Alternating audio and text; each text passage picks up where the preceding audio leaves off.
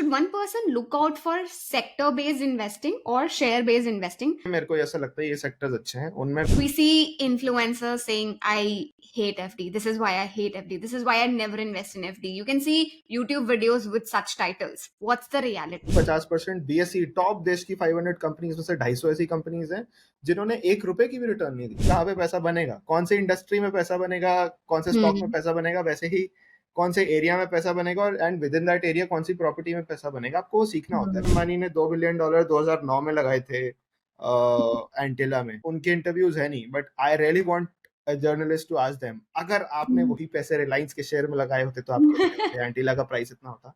अरे ऐसे नहीं देखा जाता है। There's not a single billionaire that I know who lives on rent. Ayodhya Ram Mandir will generate at least 4 lakh crores in a year. Tell us how.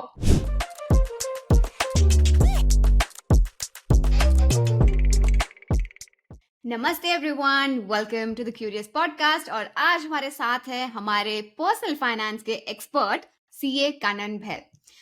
Kanan जो है personal finance उनका passion है, that's what he has written on his LinkedIn bio. और हम सब इस podcast का जो हमारा थीम है वो भी personal finance for Gen Z and millennials रहने वाला है। Will start out with Kanan's story, उनका पर्सनल फाइनेंस में इंटरेस्ट बना कैसे, and then will talk everything about finance, FDs, gold etcetera. So stay tuned till the end. बहुत सारे knowledge nuggets आपको मिलने वाले हैं इस पॉडकास्ट में। So on that note, welcome to the show. Kanan, how are you doing today? Hi Pooja, I'm doing absolutely fine. How are you doing? Doing amazing. Really excited for this podcast. Happy to have you here, and I'm pretty sure बहुत सारी insights हम youngsters के साथ share कर सकते हैं इस podcast के through. Definitely. Thanks for having me, and I'm equally excited. So, Kanan, let's start from your story. So, Hanji. I know you're a chartered accountant, right? And I know you worked worked in KPMG, worked in the corporate sector for quite some time. And then you started out your journey in the world of startup, failed, started again, failed, and now you pivoted into a completely different direction, that is content creation, which worked for you. Right. Walk me through this. ये तो क्या है, known knowns हैं. Tell me about things that you don't usually talk about on the social media about your journey. कि किसी को कहीं Right. और नहीं मिलेगा, इस podcast में मिलेगा. Right. So, content creation is not really my business. My business is largely into research, and then content is just a form of expressing it, right? The research that we do. तो क्या होता है कि content में बहुत important होता है कि आप सही इंफॉर्मेशन शेयर करो। तो फाइनेंस के लोग क्या होते हैं, या तो उनको फाइनेंस बहुत अच्छा आता है या उनको कंटेंट बहुत अच्छा आता है। दोनों चीजें बहुत कम लोगों को आती है। So that's where I am filling the gap. तो मतलब that ways I got lucky that जब मेरे दोनों बिजनेसेस नहीं चले, मेरे बैंक बैलेंस डिप्लीट हो गया, तो मेरे को सामने से फाइनेंस, बड़े बड़े फाइनेंस ब्रांड्स खुद रीच आउट करने लग गए कि आप हमारे लिए क्यों नहीं लिखते, we want to hire you full time. तो मैंने कहा यार फुल टाइम तो शायद अभी नहीं हो पाएगा, but let's work on a part time basis. And I was like यार उस टाइम पता नहीं मैंने कैसे मना कर दिया था, क्यों हिम्मत आ गई। बट अब उन्हीं के जैसे मल्टीपल क्लाइंट्स हैंडल करता हूँ मैं आज की डेट में, एंड बाय गॉड्स ग्रेस अभी तक तो ठीक चल रहा है, बाकी आगे देखते हैं। बट यस, आई थिंक जो आपने पूछा कि कुछ चीज जो कहीं पे नहीं मिलेगी, उसका यही है, मतलब my journey has been a मतलब उसका निष्कर्ष अगर मैं बोलूं, a summary is that keep fighting, भगवान अपने आप आपको रास्ता दिखा देंगे। तो मतलब चलते जाओ, मंजिल शायद वो नहीं हो जो आपको लगता है कि है, क्या पता उससे बहुत बेटर आपको आप बहुत बेटर डेस्टिनेशन भगवान ने आपके लिए बना के रखी हो। So that's what I am doing today. That's amazing. आपने वही बोला कि करते रहो, अपने आप जो है भगवान रास्ता निकाल देते हैं. There is this popular saying, no, just keep walking on the way, the way will find you and you'll find the way. So you have to Right. first start and then you will automatically find the way if you just keep walking. Right. So- Absolutely. Okay. Finance में interest कहाँ से बनाया? Because I understand, जैसे हमें I also come from CA background, वहां पर हमें बहुत सारे फैसेट्स सिखाए जाते हैं, टैक्सेस से लेके फाइनेंस से लेके financial management, costing etcetera, different aspects जो होते हैं फाइनेंस के, वो हमें सिखाए जाते हैं. But personal finance is a very niche thing to specialize in. Personal finance में इंटरेस्ट कैसे बना आपका? या सो मतलब मैं अगर बात करूं बैकग्राउंड की, तो ना सिर्फ मैं चार्टर्ड अकाउंटेंट हूँ, मेरे मम्मी पापा दोनों चार्टर्ड अकाउंटेंट हैं, ठीक है। तो मतलब ओह! ये मेरे डैड का जो स्टॉक मार्केट में इंटरेस्ट था वो हर्षद मेहता स्कैम के टाइम से पहले था। सो उस टाइम से मेरे डैड स्टॉक मार्केट में, so he raised me to think like that, मतलब what are needs, what are wants, फर्क क्या है दोनों चीजों में। And I was in class 9 जब उन्होंने मेरे को रिच डैड पुअर डैड पढ़ने को दी थी। Now hmm, again as I say this, मतलब रॉबर्ट कियोसाकी के रीसेंट ट्वीट्स को आप ना पढ़ें, बट वो किताब काफी अच्छी है अपने आप में। And it's a hmm, good starting point for anyone who wants to understand personal finance, who wants to understand cash flow businesses, what is an appreciating asset, what is a depreciating asset, what is need, what is want, and how to make multiple streams of income। मतलब वो एक starting point बहुत अच्छा है। तो उस हुँ, किताब को मैं सभी को कहूंगा कि अगर आपने, आप what ever your age is, आप उसको जरूर हुँ, पढ़िए। और अगर आपको खुद आता है तो अपने बच्चों को वो किताब पढ़वाइए। तो मेरे डैड ने मेरे को समझाया था, एसेट लाइबिलिटी ऐसे समझ नहीं आता, but when I was in class 9, तो मेरे डैड ने बोला था एक एक चैप्टर पढ़ के वापस मेरे पास आओ, and then he used to explain me all of those things. So मतलब इंटरेस्ट की अगर मैं बात करूं तो वो 7th 8th क्लास से बन गया था। And just like any other middle class family, I was also raised like कि मतलब नीड्स क्या है, वांट्स क्या है, महंगे कपड़े नहीं खरीदने, महंगी गाड़ियां नहीं खरीदनी। एंड हुँ, मतलब मेरे डैड जब तक मैं सीए नहीं बना था एक माइक्रोमैक्स का फोन यूज करते थे, right. And he was at one of the top positions in his multinational companies. तो मैंने ही उनको एक आईफोन गिफ्ट किया था सीए बनने के बाद, राइट। तो वो हुँ, बहुत ज्यादा स्ट्रिक्ट थे नीड्स वर्सेस वांट्स पे। मैं कहीं बीच में बैलेंस करता था, जो मेरी मम्मी कहती थी और जो मेरे डैड कहते थे, I am somewhere in between.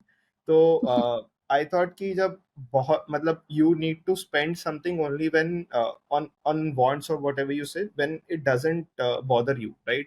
तो तब हुँ, जाके we can purchase all of these things like iPhone और maybe a luxury car, जब हमें या मतलब फर्क ही ना पड़े। So I will tell you one example, interesting example out of this.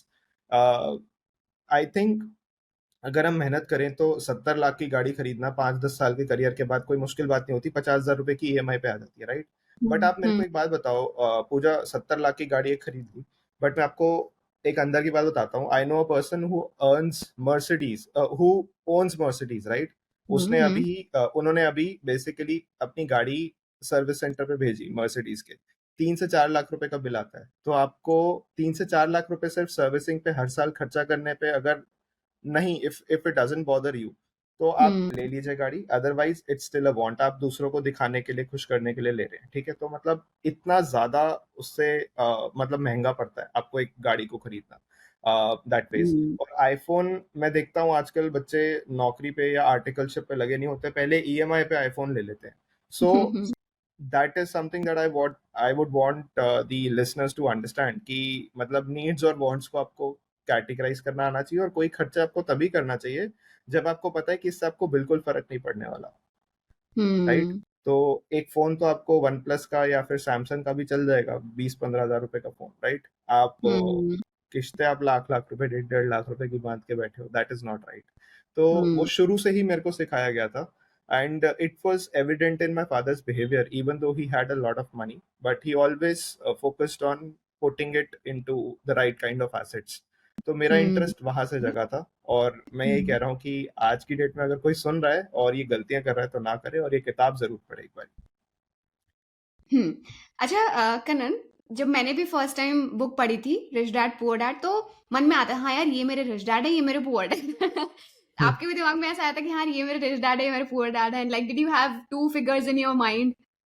हाँ, मतलब कुछ एक रिलेटिव्स को देखता था तो लगता था दे आर नॉट परफॉर्मिंग, मतलब they are acting like a poor dad to their sons, की मतलब पहली इनकम आई तो क्रेडिट कार्ड ले लो, गाड़ी ईएमआई हाँ। पे ले लो, right. And where as my father was like, ये बहुत दूर की बात है। And in fact I tell you one more interesting example.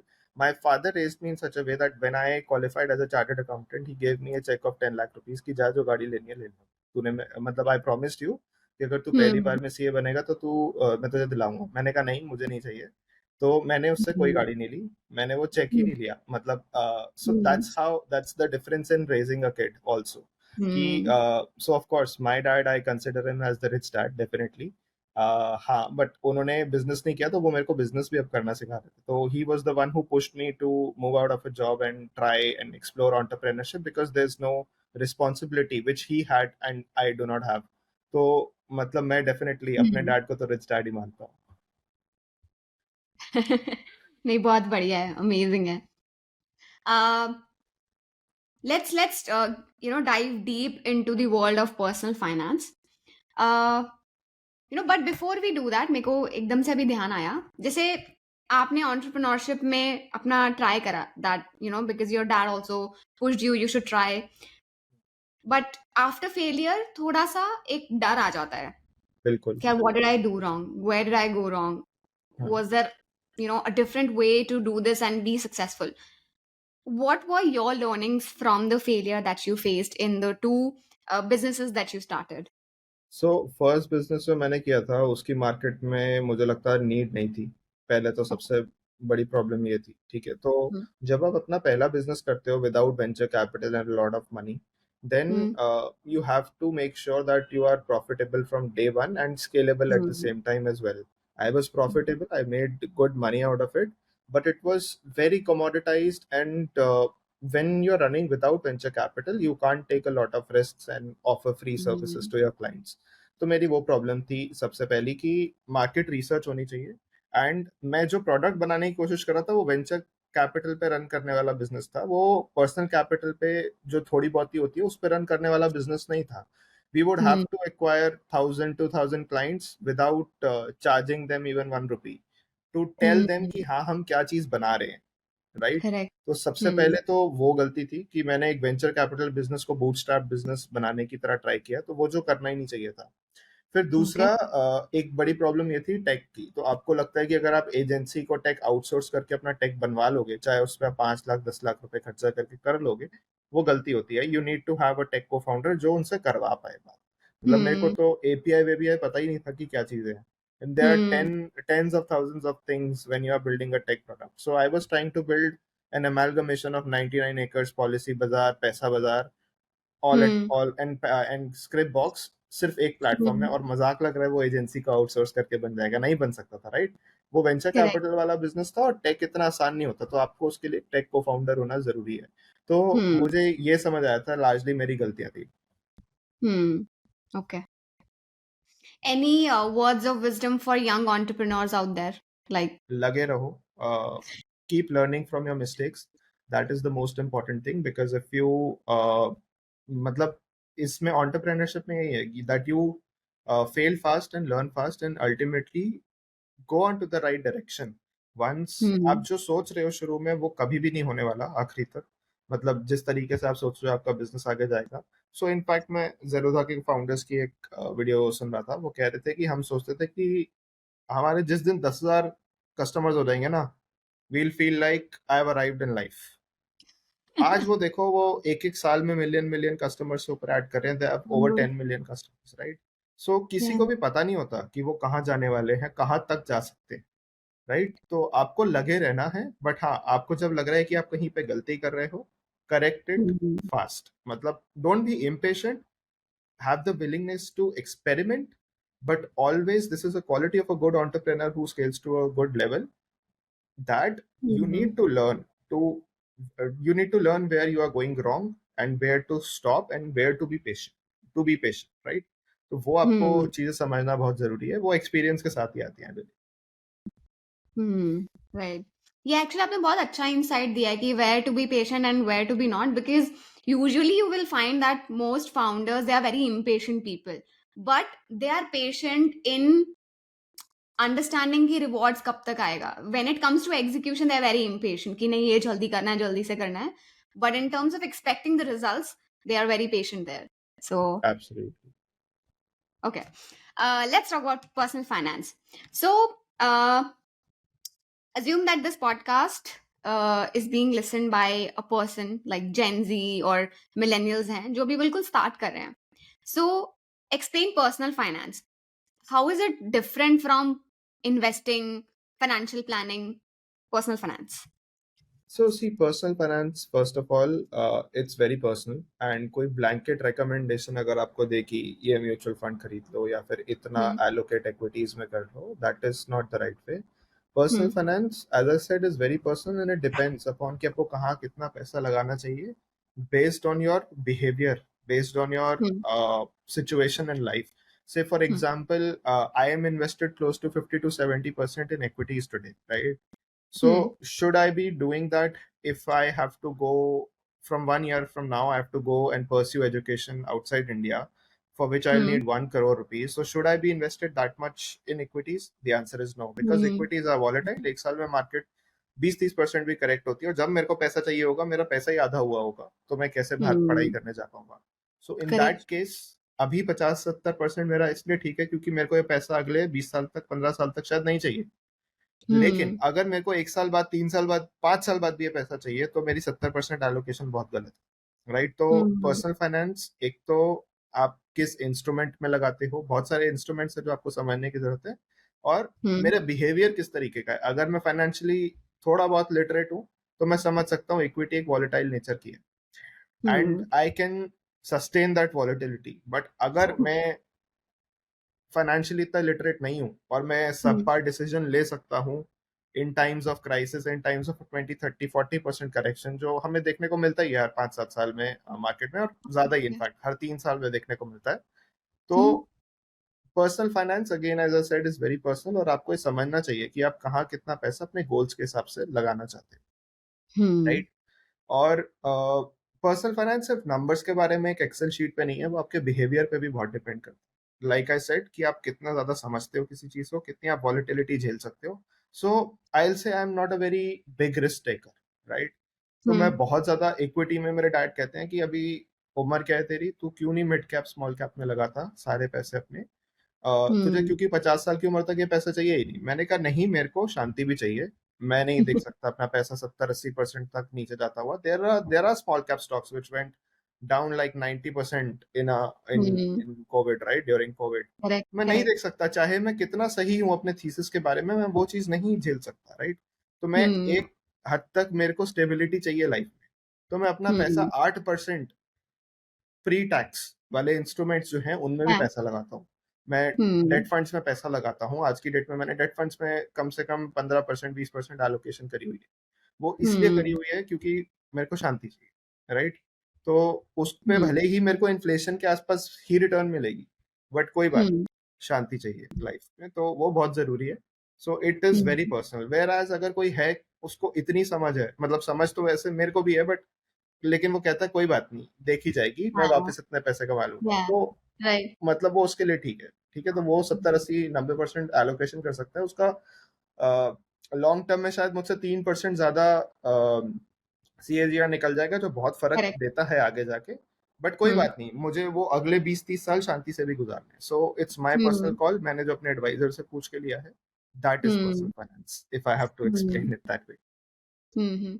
नहीं, एक्चुअली मुझे लग रहा है कि मेरा जो नेक्स्ट क्वेश्चन है वो तो काउंटर प्रोडक्टिव हो जाएगा क्योंकि मेरा नेक्स्ट क्वेश्चन था कि मान लीजिए कोई फ्रेशर है अभी जो अपना करियर बस अभी स्टार्ट करे हैं, let's say 3 lakh per annum या फिर 4 लाख पर एनम का जो पैकेज है उनका, और वो इन्वेस्टिंग स्टार्ट करना चाहते हैं इस एज में। तो आप क्या सजेस्ट करेंगे कि उन्हें कौन से कहाँ पर उन्हें इन्वेस्ट करना चाहिए? देखिए, मैं आपको बताता हूँ एग्जैक्टली आज की डेट में जो मेरा पोर्टफोलियो है उसका 2.5 से 3% ही है जो सिर्फ डायरेक्ट इक्विटीज में लगा हुआ है। ज्यादातर म्यूचुअल फंड्स में आज मैंने लगाया हुआ है, because I want to focus on my business. And हाँ, मान लो अगर मेरा 1 करोड़ का भी पोर्टफोलियो है, ठीक है, फॉर हाँ, एग्जाम्पल, हाँ। तो 1 करोड़ पे अगर मैं मेहनत करूं, बहुत जी जान लगा के काम करूं, मैं एक अच्छे फंड मैनेजर को कितने परसेंटेज पॉइंट से बीट कर सकता हूँ? उसे 1%, 2%, 3%, 4%, 5%। मैं 5% से एक बंदे को बीट कर सकता हूँ और 5 लाख रुपए साल में ज्यादा कमा सकता हूँ, पूरा अपना दिमाग एक्विटीज को ट्रैक करते करते, राइट? करेक्ट। लेकिन हुँ, अगर मैं यही काम अपने, मतलब अगर यही एफर्ट्स में अपने स्किल्स से फॉर एग्जांपल एसईओ सीखने में लगा देता हूँ, या फिर कोई डिजिटल मार्केटिंग सीखने में लगा देता हूँ, ईमेल मार्केटिंग ज्यादा अच्छे से समझता हूँ, तो मैं अपने बिजनेस में एक और स्ट्रीम ऑफ रेवेन्यू जोड़ पाऊंगा। मेरे को एंट्री कॉर्पोरेट्स में मिल चुकी है, तो अब मैं उसमें अगर जोड़ पाऊंगा तो शायद मैं 5 नहीं 50 लाख, 1 करोड़ रुपए कमा सकता हूँ, which is magnanimous, hmm, right? तो जो हुँ, सबसे पहला आपको इम्पोर्टेंस देनी चाहिए वो अपनी स्किल डेवलपमेंट में देनी चाहिए। You should not over focus on direct stock selection, right? Because hmm, आपकी रिटर्न्स शुरू के 10-15 साल, 20 साल आपके करियर में हमेशा हमेशा आपकी अपस्किलिंग से आ सकती है सबसे ज्यादा तेज। तो लोग यही, हुँ, मतलब थोड़ी पेनी वाइज पाउंड फुलिश अप्रोच में लग जाते हैं कि स्टॉक सिलेक्ट करेंगे, अल्फा निकालेंगे। अरे बाबा, आपकी स्किल से अल्फा निकालो, एक्टिव इनकम से अल्फा निकालो, उस पे आपका सबसे ज्यादा कंट्रोल है। एक हुँ, कंपनी में आप चाहे कितनी चीज कर लो, कभी भी वो हो सकता है ना फ्रॉड निकल जाए। भले ही आपने डाइवर्सिफिकेशन करी, 2-3 कंपनी में हो गया तो आपका अल्फा नहीं निकलने वाला, निकल भी गया तो 5% ही निकलेगा ना, मैं कह रहा हूँ 10% निकल हुँ, जाएगा। लेकिन अगर आप हुँ, स्किल से काम करते हैं, अपनी स्किल्स पे फोकस करते हैं, तो ये 2x 3x ये जो स्कीम है ना, यही कमाने की सबसे ज्यादा आसान स्कीम है जिसपे आपका सबसे ज्यादा कंट्रोल है। तो please focus on this thing. Of course you will fail just like investing, but you will make far more money in your initial days because शुरू में हमारे पास कैपिटल ही नहीं होती। हुँ।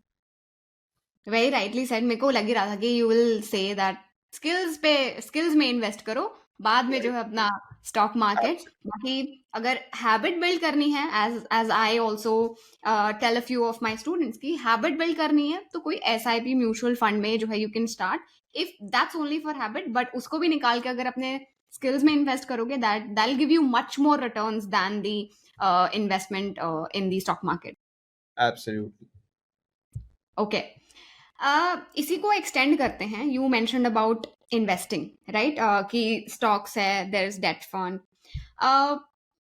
There is like should one person look out for sector based investing और share based investing? आपने बोला beginners के लिए तो definitely do not invest your time in picking up stocks because that the volatility is very high, and you can't like really afford to put that amount of time. uh, Rather you should focus on your skills. But Right. still I believe, are there any special sectors to look out for that you believe have high growth potential? Right. So सबसे पहले तो मैं कहूंगा, मैं ये नहीं कहता stock market में बिल्कुल इन्वेस्ट मत करो। वाई? हाँ, मैं क्यों थोड़ा बहुत इसलिए करता हूँ, वो इसलिए हाँ, करता हूँ ताकि मैं बिजनेसेस समझ पाऊँ। राइट। हम्म, मैं, क्योंकि मेरे को बिजनेसेस ही करने हैं, राइट, तो मैं प्रमोटर की स्टोरी जानने में इंटरेस्टेड होता हूँ, कैसे उसने हम्म, चैलेंजेस ओवरकम किए। सो मैं अभी भी ये किताब पढ़ने वाला हूँ, सीईओ फैक्ट्री, मेरे टेबल पे पड़ी थी। उधर मेरे हम्म, टेबल पे दूसरी तरफ how TCS built an industry for India, harsh hmm, realities. तो मैं सारी ये लिस्टेड कंपनीज की स्टोरी है, एचयूएल की सीईओ फैक्ट्री, हम्म, टीसीएस की टीसीएस के ऊपर है, and then harsh hmm, realities is on Marico founder mister Harsh hmm, Mariwala, right. तो yeah, आप yeah, पढ़ोगे, उसमें समझोगे आप किस तरीके से चैलेंजेस एक एंटरप्रेन्योर ओवरकम करता है। और सिर्फ वो तो स्टोरी है, उसके बाद आपको ये देखना है कि वो अभी वाले चैलेंजेस को किस तरीके से ओवरकम कर रहे हैं। तो वो समझना जरूरी है। And why I do that is for learning entrepreneurship, right. Direct hmm, stock investing for me is just for learning entrepreneurship and identifying opportunities in the market. Hmm, तो स्टॉक इन्वेस्टिंग ऐसा नहीं है कि आपको एकदम डिस्कार्ड कर देनी चाहिए। दूसरा, hmm, sector based investing, stock based investing, see ultimately आप एक टॉप डाउन अगर अप्रोच फॉलो करें तो इकोनॉमी एनालिसिस करते हैं, फिर इंडस्ट्री एनालिसिस, फिर कंपनी एनालिसिस। तो हम्म, अगर आप इंडस्ट्री एनालिसिस पहले करते हैं तो सो इकोनॉमी, अगर I am assuming we have agreed on the fact that India is going to perform well, then we come down yeah, to industries, which industries can investment, perform better. तो industry में आप sector sector सब sectors होते हैं, उसकी हम बात कर सकते हैं, राइट। फिर हम्म, उसके बाद कंपनीज आती हैं। हम्म, तो सेक्टर बेस्ड इन्वेस्टिंग में आप क्या करेंगे, आप कोई थीमेटिक म्यूचुअल फंड उठा सकते हैं। और अगर आपको हम्म, उसमें भी और ड्रिल डाउन करके किसी एक दो कंपनीज पे बहुत ज्यादा भरोसा है, तो आप उन कंपनीज को उठा सकते हैं। So again hmm, like I said, it's slightly complex complex. अगर आप एक पर्टिकुलर सेक्टर पे बुलिश हैं, तो उसमें कैसे कंपनीज ढूंढनी है वो आपके लिए आसान हो जाता है। मतलब you don't have to look at 5,000 companies, you are narrowed down to 100-200 companies, जिसमें से आपको सिलेक्ट करना है अगर आप 3-4 सेक्टर्स पे बुलिश हैं। So again, I am not a SEBI registered investment advisor और रिसर्च एनालिस्ट, तो मेरी बातों को एडवाइस की तरह नहीं, एक एजुकेशनल व्यू पॉइंट की तरह लीजिएगा। So why I am bullish on largely financials, मतलब जैसे एसेट मैनेजमेंट कंपनीज हैं। पराग हाँ, पारिक फ्लेक्सी कैप फंड का 50,000 करोड़, एक ही फंड का इतना एयूएम बढ़ गया, राइट। और म्यूचुअल हम्म, फंड इंडस्ट्री की 50 लाख करोड़ से ऊपर की एयूएम है आज की डेट में। So I am very bullish on hmm, the fact कि इंडिया में आगे जाके जो ये मार्केट है एसेट मैनेजमेंट की, बहुत तेजी से बढ़ेगी। सो इसमें आपके सारे डिपॉजिटरीज भी आ जाते हैं। मैं नाम नहीं ले रहा स्टॉक्स के, फिर अदरवाइज वही प्रॉब्लम आ जाती है, लोग वहां पे बिना समझे सोचे लगा देते हैं। एंड देन नहीं देर नहीं, आर लॉट ऑफ इस सेक्टर में भी, मतलब एक मेगा ट्रेंड की तरह आप इसको समझ सकते हैं। फिर इस सेक्टर में और बहुत सारे छोटे छोटे प्लेयर्स होते हैं जो इसमें बेनिफिट करते हैं। फिर उसमें अगर हम्म मैं बात करूं डिस्क्रिशनरी कंजम्पशन की, जिस तरीके से फाइनेंशियलाइजेशन ऑफ सेविंग हो रही है, वो तो मैंने सॉरी उसकी बात पहले कर ली, जिस तरीके से डबल इनकम हो रही है, so participation of female workforce in the या इकोनॉमी इज या यू नो जैसे मान लीजिए कि आज की डेट में अगर $2,2500 हमारी पर कैपिटा जीडीपी है, राइट? तो मैं हम्म आसान शब्दों में मान लो $2,500 आज की डेट में एक हाउस होल्ड कमा रहा है।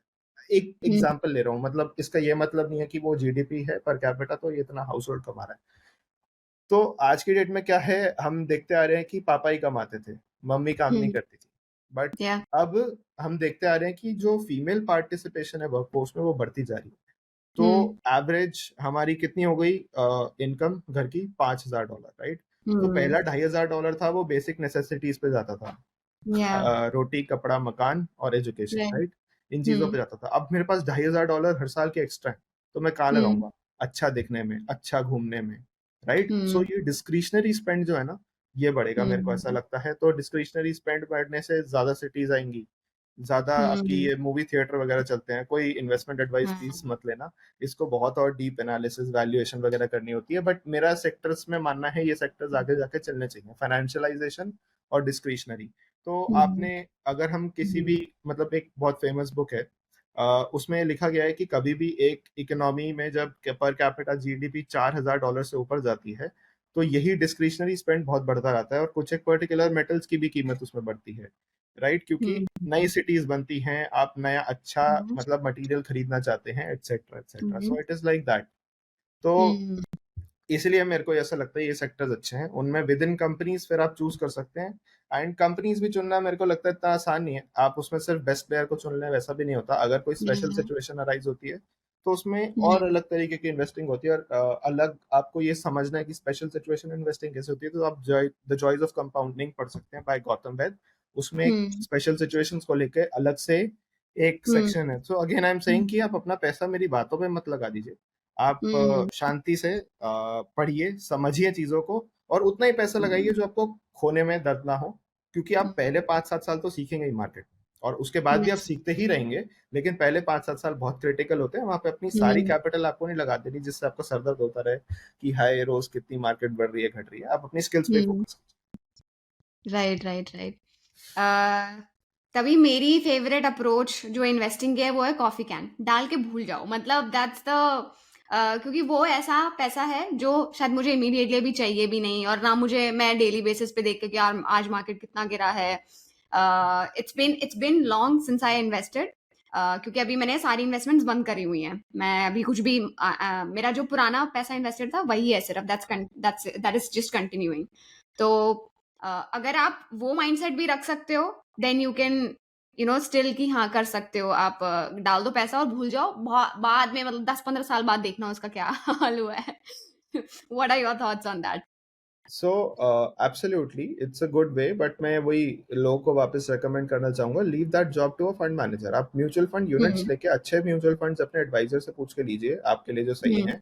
सो किसी हम्म के लिए हो सकता है स्मॉल कैप अच्छे हो, like I gave you my personal example. हो सकता है किसी के लिए फ्लेक्सी कैप अच्छे हो, मिड कैप अच्छे हो, या इंडेक्स फंड और फ्लेक्सी कैप, मिड कैप और स्मॉल कैप का मिक्सचर हो। तो मेरा मिक्सचर है, राइट?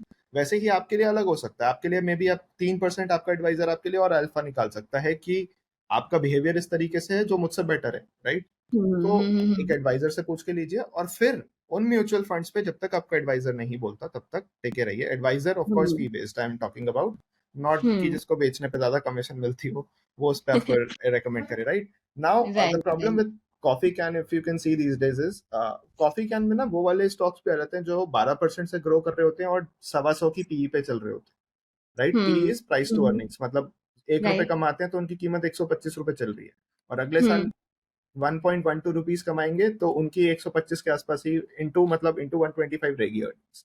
तो मुझे हम्म कॉफी कैन से बस वो प्रॉब्लम है कि आप मतलब कुछ भी देख के मत पैसा लगा दीजिए, उस पर रीजनेबल हम्म वैल्यूएशन भी होनी चाहिए। सो इतना सब काम कौन करेगा? तभी मैं कहता हूँ कि एक म्यूचुअल फंड मैनेजर को एक काम दे दीजिए जो आपकी नीड्स के हिसाब से सही परफॉर्म कर सकता है, और फिर कॉफी हम्म कैन आप अप्लाई कीजिए कि आप बस उसको एक कॉफी कैन की तरह बहुत टाइम बाद ही खोलिएगा, तब आपको उसके पक्का कंपाउंडिंग के मैजिक आपको देखने को मिलेंगे। Hmm right. Next I want to talk about FDs. थोड़ा हट के है, लाइक हटते हैं थोड़ा सा पर्सनल फाइनेंस और उससे, because FDs are also very important. But we see influencers saying, I hate FD, this is why I hate FD, this is why I never invest in FD. You can see YouTube videos with such titles. What's the reality? Talk to me about the thing that these influencers are not telling about FDs. So FD में देखो, of course अगर आपको 1 से 3 साल के लिए लगाना है सही है, बट अगर आपको लंबे Hmm. टाइम पीरियड के लिए लगाना है तो मतलब 6%, 6.5% post tax pre tax return अच्छी नहीं होती. Hmm. मतलब आपको हाथ में कट कटा के 4.5, 5, 6% ही बचता है.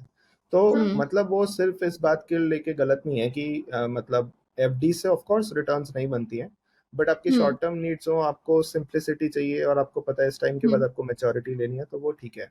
Otherwise Hmm. अगर आप थोड़ा बहुत मतलब एक्सप्लोर करना चाहते हैं, आप थोड़ा हल्का Hmm. फुल्का और रिस्क ले सकते हैं, बट ये जरूर आप बात समझिएगा, हमेशा एक्स्ट्रा 1% के साथ उससे थोड़ा सा ज्यादा रिस्क आता है. मतलब 1% रिस्क ऐड नहीं होता उसमें, मे बी 2% रिस्क ऐड होता हो. तो वैसे ही डेट Hmm. फंड्स अगर आप देखें तो आप डेट फंड्स ले सकते हैं. गवर्नमेंट सिक्योरिटीज के गिल्ड फंड्स की बात करें तो उसमें 7-8% तक भी हो सकता है रिटर्न आ रही हो, तो आप उस तरीके के फंड्स एक्सप्लोर कर सकते हैं अगर आपको डेट में एलोकेशन करनी है. तो मैंने एफडीज में पैसे नहीं लगाए हुए फॉर द सेम रीजन कि मेरे को ज्यादा Hmm. डेट म्यूचुअल फंड्स में पैसा बन जाता है. एंड ठीक है, Hmm. वो भले ही इन्फ्लेशन के आसपास ही आएगा, बट एफडी से 1% ज्यादा दे रहा है, so I am accepting that risk. So आप वो रिस्क को Hmm. समझिए अगर आप कहीं और लगाना चाहते हैं, वरना 3 साल तक अगर आप पैसा लगा रहे हैं तो एफडीज में एज सच कोई बुराई नहीं है जो आपको लोग बोलते हैं. Like up to 3 year, like within 3 year, अगर आपको पैसे चाहिए, then FD is the safe option. Yes, FD is a good option. That is, in Hmm. my personal opinion. The caveat remains the same. Absolutely. Okay. Let's talk about real estate. Back when, so the question is real estate dying? Back when we were growing up, we used to see that our parents or our like relatives, they were so bullish on real estate कि जल्दी से फटाफट से अपना जो है real estate में डाल दो पैसे. थोड़ा सा भी अगर बन रहा है, try to bye a property, rent आएगा, उससे फ्री हो जाओगे, टेंशन नहीं होगी घर के खर्चे की. That's what we But listened when we were growing up, right? So what are your thoughts on this? Is real estate truly dying? Absolutely not. And I think हम सब रिसेंसी बायस का शिकार हैं अगर हम बोलते हैं कि रियल एस्टेट डाई कर रहा है. सो मैं Hmm. आपको बताता हूँ, 1992 से 2004 तक अगर आप देखोगे तो निफ्टी 50 इंडेक्स ने -20% की रिटर्न दी थी. सीएजीआर नहीं, मैं एब्सोल्यूट रिटर्न की बात कर रहा हूँ. Hmm. सो अगर हम ये 2004 में पॉडकास्ट रिकॉर्ड कर रहे होते तो हम बोलते हैं is equity dying, right, which is not right. Hmm. नहीं कर रहा था ना. Hmm. We realize it Hmm. 20 years later. तो अगर आप इंडिया की इक्विटीज पर बुलिश हो तो आप रियल एस्टेट पर बुलिश नहीं हो, तो आप फैक्चुअली के मैं लॉजिकली गलत हो जाएंगे हम लोग, राइट. Okay. Okay. हम लोग जो हैं वो रिसेंसी बायस का शिकार है. हमने देखा नोएडा में, एनसीआर में किस तरीके से बिल्डर्स ने डिफॉल्ट किया. And there were a lot of structural changes which happened in the industry, like RERA आया, तो उसने वो सारी प्रॉब्लम्स जो जिसके चक्कर में बिल्डर्स ने डिफॉल्ट किया तो उसको कर्व करने की कोशिश करी, होम बायर्स के इंटरेस्ट को प्रोटेक्ट किया. इंसॉल्वेंसी कोड में कुछ एक तरीके से प्रोविजंस को इंसर्ट किया गया. एंड इनफैक्ट मेरे डैड की भी एक प्रॉपर्टी थी जिसने अच्छी खासी रिटर्न नहीं दी थी, और Hmm. वो अभी उनको मिल गया, तो अब उस पे प्राइस कैचअप हो रहा है, right. Hmm. So we need to understand कि ये स्टॉक्स में भी तो प्रॉब्लम है ना. BSc Yeah. 500, मतलब they are fund managers who say equity is bad, but what they don't tell is equities अगर आप ढंग से नहीं चुनेंगे, what they tell, they say that real estate is bad, but what they don't tell is that equities में भी तो returns उस तरीके से नहीं बनती. There are a handful of stocks which make you money, right. तो Yeah. मैं एक ही ऑथर की किताब ही पढ़ रहा था जिसमें लिखा है diamonds in the dust. He says real estate is bad, but he says that BSc 500 में से 50% ऐसी कंपनीज है जिन्होंने 0% और लेसर रिटर्न्स दिए हैं इन अ 10 year होराइजन, 2009 से लेकर 2019 तक, after the crash, after the दिसंबर 2009 से दिसंबर 2019 तक. This is after the global financial crisis scam and before global financial crisis and before the Covid COVID. Crash, right. Hmm. तो उस पीरियड में हम नॉर्मल मान लेते हैं, तो उसमें भी 50%। बीएसई टॉप देश की 500 कंपनीज में से 250 ऐसी कंपनीज हैं जिन्होंने 1 रुपए की भी रिटर्न नहीं दी, राइट? तो आपका पैसा आधा वैसे ही हो गया इन्फ्लेशन से, 7% अगर हम इन्फ्लेशन अज्यूम करें तो इक्विटीज में भी तो वो प्रॉब्लम है ना, हम्म कि काफी सारी ऐसी हम्म प्रॉपर्टीज जिन्होंने आपको रिटर्न नहीं दी, बट आप देखिए कुछ काफी सारे स्टॉक्स भी तो ऐसे हैं ना जिन्होंने रिटर्न नहीं दी। तो आपको एनालिसिस करना चाहिए, जिस तरीके से एक इक्विटी कंपनी, जिस तरीके से स्टॉक्स का फंडामेंटल एनालिसिस होता है, उसी हद तक, कुछ ही हद तक हम एक प्रॉपर्टी का भी फंडामेंटल एनालिसिस कर सकते हैं, राइट? तो हमें हम्म स्पेशल सिचुएशन समझ आनी चाहिए कि क्या हो सकती है। सो फॉर एग्जांपल, जब 2019 में it was very clear that Ram Mandir is going to get built, and it was very obvious कि पूरी कंट्री में उस पर बहुत ज्यादा मतलब एक्साइटमेंट होगी उसको लेकर, राइट? हम्म तो उस केस में आपको अयोध्या में पैसा इन्वेस्ट करना चाहिए था रियल एस्टेट में। आज की डेट में अगर मैं 99 एकर्स पे जाके देखूं, कुछ एक ऐसी प्रॉपर्टीज है जो 15,000 रुपए स्क्वायर फीट से ऊपर की बिक रही है। इतना साउथ दिल्ली की कुछ एक प्राइम प्रॉपर्टीज का रेट नहीं है, राइट? तो हम्म wasn't it obvious? आज की डेट में अगेन कोई इन्वेस्टमेंट एडवाइस नहीं, बट गिफ्ट सिटी को मैं रोज देखता हूँ, कुछ ना कुछ उसको बेनिफिट दिया जा रहा होता है ताकि कॉर्पोरेशंस वहां पे आए। तो क्या हम्म गांधीनगर, अहमदाबाद, आईएफएससी, इन जगह प्रॉपर्टी के प्राइसेस नहीं बढ़ेंगे? बिल्कुल करेक्ट बढ़ेंगे, मुझे करेक्ट ऐसा लगता है, राइट? तो हम्म मतलब आपको समझ आना चाहिए कि कहाँ पे पैसा बनेगा, कौन सी इंडस्ट्री में पैसा बनेगा, कौन से स्टॉक में हम्म पैसा बनेगा, वैसे ही कौन से एरिया में पैसा बनेगा, और and with in that area कौन सी प्रॉपर्टी में पैसा बनेगा, आपको वो सीखना होता है। हम्म बस इसकी एक ये प्रॉब्लम है कि स्टॉक्स में हम 100 रुपए के साथ, 200 रुपए, 1000 रुपए, 50,000 रुपए के साथ इन्वेस्टमेंट स्टार्ट कर सकते हैं। या प्रॉपर्टी की वो प्रॉब्लम है कि हम उससे शुरू से चालू नहीं कर सकते। मेरे हम्म पास, मैंने क्यों नहीं अयोध्या में या आईएफएससी में आज की डेट में इन्वेस्ट कर रखा, उसका रीजन यही है कि मेरा हम्म पोर्टफोलियो इतना बड़ा नहीं है कि मैं उधर पैसे लगा सकूं। मेरे पास जब होंगे 10, 20, 30 करोड़, तब जाके मैं उधर पैसा लगा सकता हूँ, और अभी मेरे हम्म पास पैसे ही नहीं होते तो मैं नहीं लगा सकता। प्रॉब्लम बस वही है। हम्म राइट बट वो जो रीट्स आ रहे हैं जो जिसमें आप रियल एस्टेट में इन्वेस्ट कर सकते हो तो उनमें इन्वेस्ट करना चाहिए कि नहीं करना चाहिए अगर आप बता सको क्या होते हैं या रीट्स वगैरह सो रीड बेसिकली जिस तरीके से आपका म्यूचुअल फंड है, उस तरीके हम्म से रियल एस्टेट का म्यूचुअल फंड आप रीड समझ लीजिए, आसान शब्दों में बता, ठीक है? हम्म तो अब मैंने भी रीट में इसलिए इन्वेस्टिंग किया हुआ क्योंकि उसमें प्रॉपर्टीज अंडरलाइन की क्या वैल्यू है, वो किस हम्म तरीके से अनलॉक होगी, क्या आगे तरीके से रेंटल मिल सकते हैं, वो सब एनालिसिस अलग से सेपरेटली करना पड़ता है। एंड हम्म अभी आप पास्ट में देखें, so again past returns are not a very good barometer of judging future returns. But या पास्ट में भी उसमें बहुत एक्साइटिंग रिटर्न्स नहीं आई, primarily for the reason that they have to be diversified, और उनको एक बहुत बड़ा लैंड पार्सल खरीदना पड़ता है, प्रॉपर्टीज डेवलप करनी पड़ती है, उसके अलग तरीके के चैलेंजेस हैं। एंड रियल एस्टेट में भी आई बिलीव सरकार को कुछ एक चीजें लीनियंसी लानी चाहिए, जिस तरीके से स्टॉक्स पे आपका ना के बराबर स्टैंप ड्यूटी लगती है या हम्म सिक्योरिटीज ट्रांजैक्शन टैक्स या लगता है, वो ना के बराबर होता है, राइट? उस तरीके से अगर आप देखें तो 7-8% स्टैंप ड्यूटी लग जाती है, रजिस्ट्री कॉस्ट लग जाती है प्रॉपर्टी पे। हम्म अंडर कंस्ट्रक्शन प्रॉपर्टी में 12% तक जीएसटी लगता है, विच इज स्लाइटली अनफेयर कि 20% का डेल्टा तो आप इधर ही खा गए, राइट? हम्म तो राइट अगर आप, एक सरकार को भी रियल एस्टेट में पैसा मतलब लगवाने के लिए, मतलब they should promote it, right? And hmm as far as the billionaires who say that कि रियल एस्टेट हम किस चीज के लिए पे कर रहे हैं, बेकार है, इसमें इकोनॉमी में पैसा नहीं घूमता बढ़ता नहीं है, they themselves have a lot of real estate, right? Every billion, you tell me, Mukesh Ambani ने $2 बिलियन 2009 में लगाए थे एंटिला में। आप, हम्म उनके इंटरव्यूज है नहीं, but I really want a journalist to ask them, अगर आपने हम्म वही पैसे रिलायंस के शेयर में लगाए होते तो आप कितने होते, एंटिला का प्राइस इतना होता? अरे ऐसे नहीं देखा जाता है। There is not a single billionaire that I know who lives on rent, right? अगर रेंट पे कोई रहता भी है तो उसके और बहुत सारे घर होंगे साथ। मैं आज की हम्म डेट में कह दूं rent don't buy, then hmm I am not telling you that my parents have a house, not one house, multiple houses, right? Hmm मैं रेंट पे रह रहा हूँ, बट उसका रीजन अलग है, मुझे नहीं पता मेरे को कौन सी सिटी में सेटल होना है, राइट? करेक्ट करेक्ट और अभी भी मेरे मम्मी पापा के पास घर है, शायद अगर आज की डेट में, if I would have been a 26-year-old whose parents did not have a house, I might hmm have purchased a house, defying all logics, right? Which hmm could be right also to an extent. तो ये सारी blanket advice देना, मैं वही कहता हूँ कि बहुत आसान होता है और मिसगाइड हम्म करता है लोगों को। So hmm never ask a barber if you want a hair cut, right? Because he will always even tell, मतलब एक गंजे को भी बोलेगा आपके साइड से ऐसा स्टाइल बना दूंगा और क्या सॉलिड लगोगे आप, राइट? तो एक बार्बर से कभी नहीं पूछना चाहिए कि आपको एक बाल कटाने चाहिए, वैसे ही एक इक्विटी ब्रोकर से नहीं पूछना चाहिए कि आपको प्रॉपर्टी खरीदनी चाहिए नहीं खरीदनी चाहिए। हम्म राइट राइट ये बहुत बढ़िया है, बहुत रियलिस्टिक है, तो हमारे घरों में यूज होता है कि हाँ भाई, आई से थोड़ी ना पूछना है कि बाल कटवाने हैं कि नहीं कटवाने। वो तो बोलेगा हाँ हाँ बिल्कुल सही कर दूंगा। Okay, now I want to talk about gold, India's love affair with gold. Hmm, Indian women, they love hoarding gold, right? And not just gold, but gold jewelry. I mean here. Uh, Correct me if I'm wrong, but I believe Indian households have approximately 25,000 tons of gold. How is that's it correct. affecting Indian economy? Okay.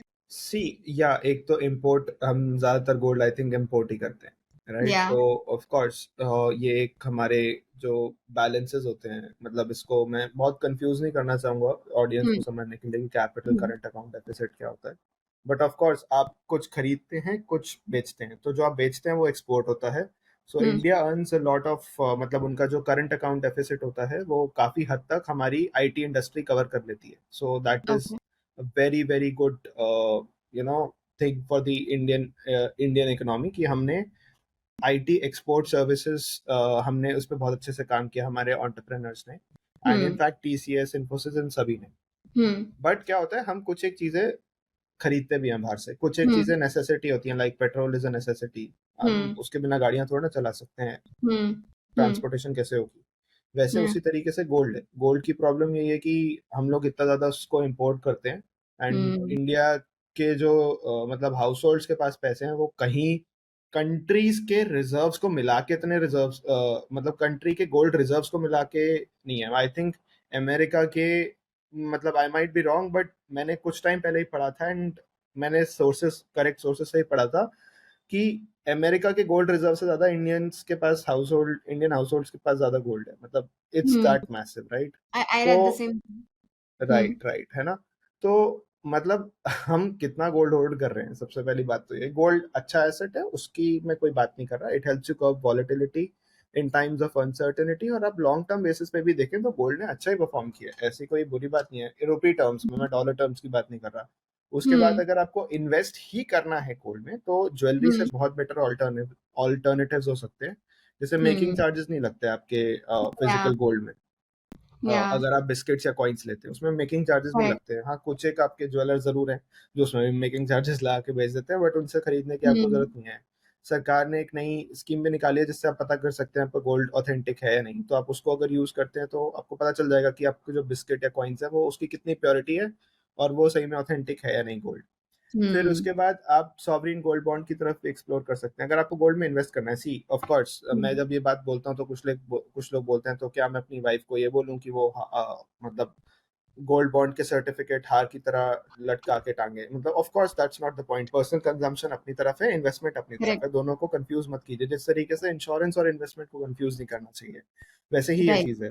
Personal consumption जो आपको करनी है करिए, but अगर आपको investment करनी है तो SGB I think is the best form of investment in gold. It is liquid also, tax free भी हो जाता है 8 साल बाद। 8 साल मतलब जब से इशू हुआ है उसके बाद। और इससे ज्यादा मतलब मेरे को कोई अच्छा तरीका लगता नहीं है गोल्ड में इन्वेस्ट करने Hmm. राइट, मैं एक्चुअली पूछने ही वाली थी कि सॉवरेन गोल्ड बॉन्ड्स में इन्वेस्ट करना चाहिए, you already covered it, right.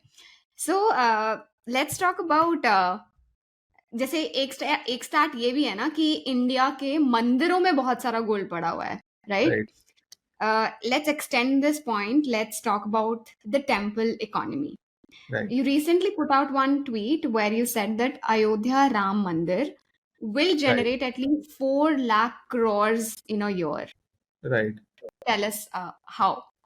सो इसमें देखिए बहुत सारे फेसेट्स होते हैं। आप अगर देखेंगे, नंबर्स मेरे को एग्जैक्टली याद नहीं आ रहे, बट सऊदी में जब कोई मक्का के लिए हज करने जाता है, या फिर Hmm. मतलब उनके यहाँ उम्रा भी एक टर्म यूज होती है, अगर वो करने जाते हैं तो वो कम से कम 2.5 से 5 8 लाख रुपए का खर्चा करते हैं, राइट? तो वहाँ पे खैर परमिट वगैरह लेने का खर्चा अलग है, फिर उधर तक जाने का खर्चा अलग है, एंड ऑफ कोर्स वहाँ से दुनिया भर के मुस्लिम्स उस कंट्री में जाते हैं सऊदी में, to do that, to perform that prayer और whatever you call it, right? Hmm. वैसे ही अगर मैं बात करूं इंडिया की, तो उतने नंबर्स में नहीं आएंगे, बट काफी अच्छा, मतलब उनके आई थिंक 2 करोड़ है। Some visitors they generate around 12 to $12 to $15 worth of revenue for this thing. और इसमें इनडायरेक्ट रेवेन्यू की हम बात ही नहीं करते। जैसे मान लो होटल होटल इंडस्ट्री, राइट? तो वहां पे आप होटल में जाके रुकेंगे, होटल हम्म इंडस्ट्री में जाके रुकेंगे, तो आप हर बारी देखेंगे आपके कंज्यूमेबल्स होते हैं। आप सुबह ब्रेकफास्ट करते हैं, फिर उसके बाद हम्म आप वहाँ पे वॉशरूम में से नए सोप्स नए टॉवल्स यूज करते हैं, और बहुत सारी एक्स्ट्रा चीजें वापस यूज होती हैं, तो वो वापस रिप्लेनिश होंगी। वहाँ पे आसपास के जो लोग हैं उनको अलग तरीके के एम्प्लॉयमेंट मिलती है। तो अगर आप तिरुपति टेम्पल जाते हैं तो रास्ते में आपको कितने सारे ऐसे लोग जो नारियल बेचते हुए दिखते हैं, इनफॉर्मल इकोनॉमी। तो वहाँ पे कितने तरीके की एम्प्लॉयमेंट जनरेट होती है। वहाँ पे अभी फिर एक बात हो रही है कि एक नई अलग तरीके की सिटी बिल्ड करेंगे, रेजिडेंस हम्म टाउनशिप बिल्ड करेंगे। वहाँ पे ऑलरेडी हम्म कई बिल्डर्स आ भी चुके हैं, जो वही मैं बता रहा था, साउथ दिल्ली से ज्यादा रेट पे प्रॉपर्टीज प्राइस करके बेच हम्म रहे हैं, right? So correct correct economy सिर्फ ऐसे नहीं देखा जाना चाहिए कि 1800 करोड़ उसमें लगा दिया, अगर यही एक हार्वर्ड बनाने में लगाए होते एक्सेट्रा। दोनों चीजें, तीनों चीजें साथ में चल सकती है। सो अगर राइट ये कोई नॉर्मल टेम्पल होता, और अगर आप उस पे सिर्फ मैं फेथ की बात नहीं कर रहा, मैं सिर्फ इकोनॉमिक्स की बात कर रहा हूँ। अगर वो आप इकोनॉमिक्स से उसको कंपेयर करके देखते, then we could have said कि हाँ, मतलब यहाँ पे सरकारी पैसा नहीं लगना चाहिए। और यहाँ पे हम्म आप नॉर्मल टेम्पल की बात कर रहा हूँ। लेकिन अगर ये टेम्पल, एक तो ऑफ कोर्स इट मतलब it reinstates the faith of crores of devotees in their या place, which is like going to be the Mecca for Hindus, right? So hmm builds your happiness index, improves your productivity, etc. वो सब side benefit है। But मैं largely से ही कहता हूँ, कितने सारे लोग वहाँ पे आएंगे, एयरपोर्ट बन रहा है, वहाँ रेलवे स्टेशन पे टर्मिनल्स एक्सटेंड हो रहे हैं, बहुत सारी चीजें वहाँ पे, इकोनॉमी बहुत आगे, मतलब this is a good starting point.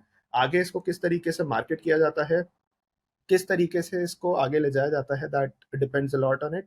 But definitely hmm इसका पोटेंशियल बहुत मैसिव है। अगर मैं आपको बात बताऊं, so I never been to Paris, but for some people who tell me that Eiffel tower देखने में ठीक लगता है, मतलब अच्छा लगता है। मेरे को नहीं पता मैं कैसा लगता है, नहीं लगता, but that's what people who went there tell me, कि इट्स लार्जली अ हाइप। और वो पूरी पेरिस की इकोनॉमी लार्जली उसी पे चलती है, राइट? तो एक पूरा शहर उस पे एम्प्लॉयड है, राइट? तो and hmm France is one of the strongest economies, of course उनका बहुत डिफेंस एक्सेट्रा आगे, बहुत जगहों में वो डाइवर्सिफाइड भी है। मैं ये नहीं कह रहा सिर्फ उसी में, बट वो कितने लाखों लोगों को एम्प्लॉयमेंट दे रहा है, हम वो मिस कर जाते हैं। सो सिर्फ टिकट की हम्म सेल्स नहीं देखनी चाहिए कि एक मॉन्यूमेंट में जाके कितनी टिकट की सेल्स होती हैं या कितना होता है, उसमें और बहुत सारे अलाइड बेनिफिट्स भी आते हैं। And then it's hmm a multiplier effect होता है उस चीज से। आप हम्म अगर, जैसे मैंने आपको वो एग्जांपल दिया था शुरू में पॉडकास्ट का, कि एक अगर फीमेल भी घर की कमा रही है, मेल भी हम्म कमा रहा है, तो वो डिस्क्रिशनरी में स्पेंड करते हैं। वैसे ही एक इकोनॉमी अगर एक नहीं 10 सोर्सेज से कमा रही है, तो वो जो पैसा है उससे और नई इन्वेस्टमेंट्स हो सकती हैं, रिसर्च एंड डेवलपमेंट और अच्छी बढ़ सकती है। एंड हम्म इससे एनआरआईज तो आएंगे ना। एनआरआईज ने $112 बिलियन इंडिया में वापस भेजे हैं, राइट? हम्म पिछले साल में FY23 में, आई am not wrong, which is a hmm huge sum. China के एनआरआईज भी, चाइना के भी जो नॉन रेजिडेंट्स हैं, वो भी इतना चाइना में पैसा वापस नहीं भेजते, जबकि वो हमसे हम्म कितनी बड़ी इकोनॉमी है, around 8 to 10 times, right? But फिर भी राइट इंडिया के पास इतना पैसा वो वापस भेजते हैं, तो वो राम मंदिर में भी तो आएंगे ना देखने। Hmm and people from across the country will also come over here. तो ठीक है, यहाँ पे हम्म मैं बोलता हूँ कि सऊदी जितना बड़ा इम्पैक्ट नहीं होगा, बट काफी बड़ा इम्पैक्ट इससे भी होगा। And it's not just limited to Hindu devotees. बाहर के जो हम्म लोग इंडिया घूमने आते हैं, उनके लिए हम्म ताजमहल के साथ साथ पास में अयोध्या भी एक या मतलब विजिटिंग करेक्ट स्पॉट हो सकता है ना।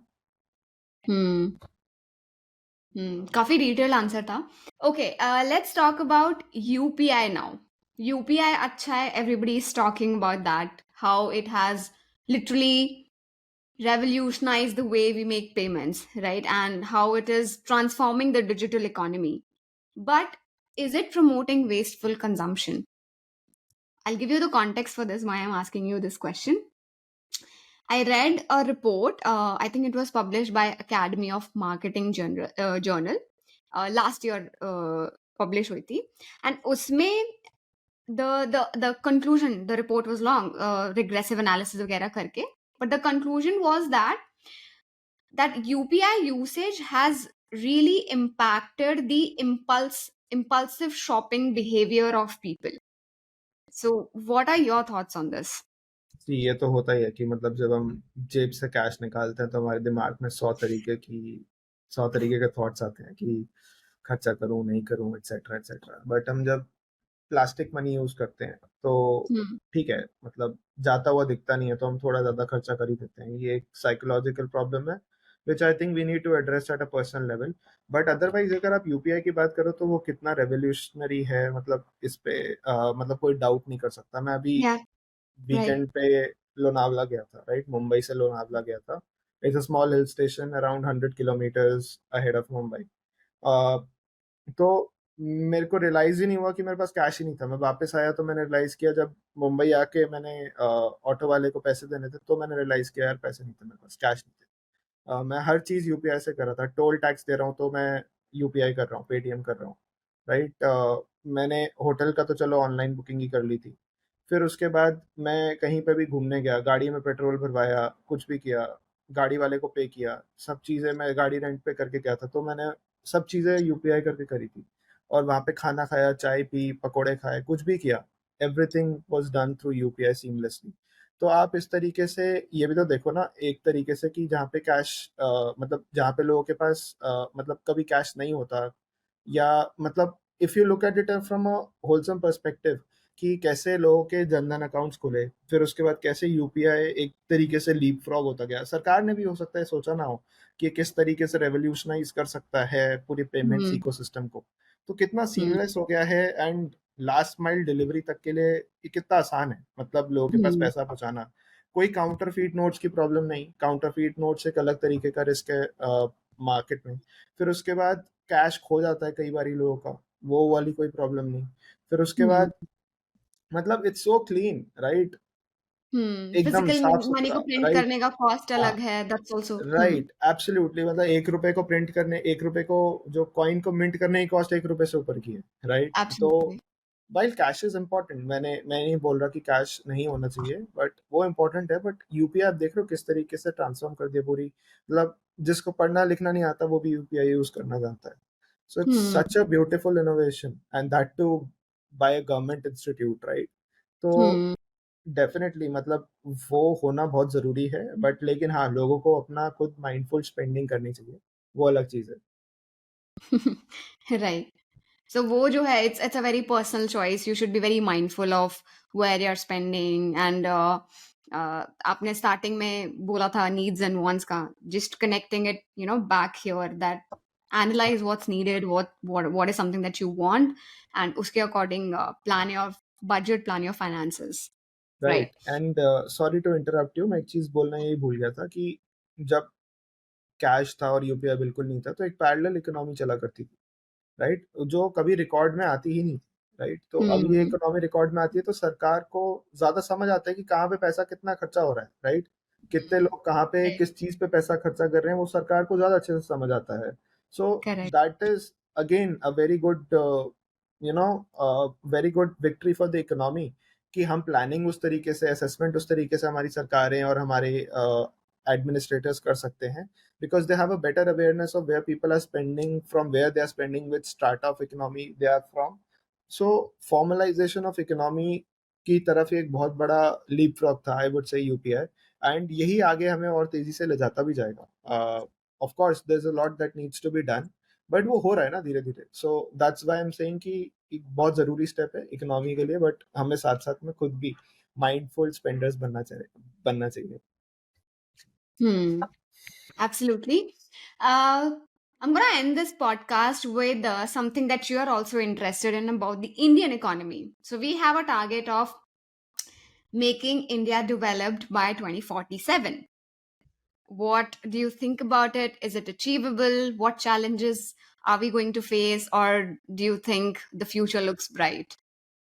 Definitely, see, I keep on, by virtue of my work, I have the blessing of meeting the best asset managers, the best investors of the country, right? And it's their faith as well कि India आगे बढ़ेगा। हमने बहुत सारे steps past में लिए हैं, and foreign capital inflow जो इंडिया में आ रहा है, that also shows a lot of faith in the economy. So it is said that JP Morgan अभी इंडिया में पैसा लगा रहा है इंडियन गवर्नमेंट बॉन्ड्स में, right, in Mm-hmm. It's MSCI emerging market index, right, government bond index. तो मतलब जैसे ये रेटिंग इंप्रूव होती है, हमारी कॉस्ट ऑफ बोरोइंग कम होती है, करेंसी वॉलेटिलिटी कम होती है, ये सारी चीजें मैं उनसे सुन के सीखता हूँ।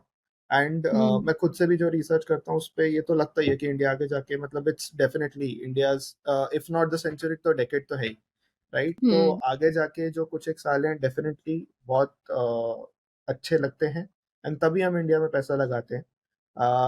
That that's where I believe कि आगे जाके हाँ इंडिया बहुत स्ट्रॉन्ग ग्रोथ दिखाएगा। इफ नॉट डेवलप तो बहुत अच्छा हमारा फ्यूचर डेफिनेटली है, मुझे ऐसा लगता है। So yeah, on that note, let's end the podcast. But before we end, do you have any last few words for the listeners and people who are watching this? यही है कि मतलब don't over stress in finding the right ways of investing, कौन सा stock आगे जाके multi bagger हो सकता है। मल्टी बैगर ढूंढने के चक्कर में कई सारे मैंने देखा इन्वेस्टर्स बैगर बन जाते हैं, सो बैगर की जगह बैगर ना बन जाए, तो इसलिए आपको ज्यादा फोकस अपनी स्किल्स पे करना चाहिए, which is the best tip you will ever get in stock market और आउटसाइड ऑफ स्टॉक मार्केट, कि अपनी स्किल्स पे इन्वेस्ट कीजिए, एक्टिव इनकम बढ़ाइए, और उससे ज्यादा कोई आसान तरीका नहीं है पैसा बनाने का। Wonderful. Thank you so much, Kanan, for taking out time for this podcast. Guys, do follow Kanan on Twitter, LinkedIn, Instagram पे तो Kanan उतने active नहीं है, but yeah, I'll put the links in the description. And if you have any doubts regarding personal finance investing, do reach out to him in the DMs. He's very sweet. I'm pretty sure he's going to help you with that also. So, once again, thank you so much, Kanan, for doing this. Happy to have you here and have a great day. I enjoyed it too. Thank you.